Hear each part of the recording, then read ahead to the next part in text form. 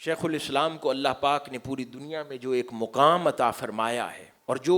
علم کی بارش ان کے اوپر ہے، یوں تو پڑھتا ہر کوئی ہے، سنتا ہر کوئی ہے، کتابوں کا مطالعہ ہر کوئی رکھتا ہے، بڑے بڑے پروفیسرز ہیں،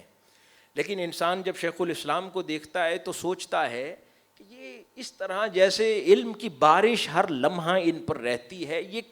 کہاں وقت ملتا ہے، اتنا کیسے جان گئے ہیں، یہ اتنا کیسے جانتے ہیں؟ تو حاضرین گرامی، یہ اس لیے ہے کہ شیخ الاسلام نے علم کو عزت دی ہے، علم نے پے بیک کیا ہے۔ یہ دوسری چیز ہے، ایک میں نے عرض کیا استاد کا احترام اور عزت، اور دوسری اہم بات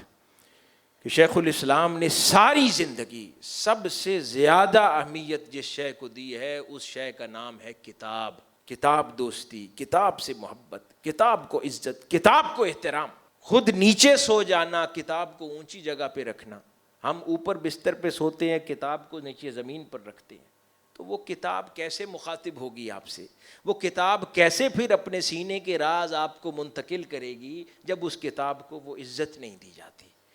تو نہ پڑھانے والے کو عزت دیں گے، نہ اس کتاب کو عزت دیں گے جس سے سیکھتے ہیں، تو پھر وہ آپ سے مخاطب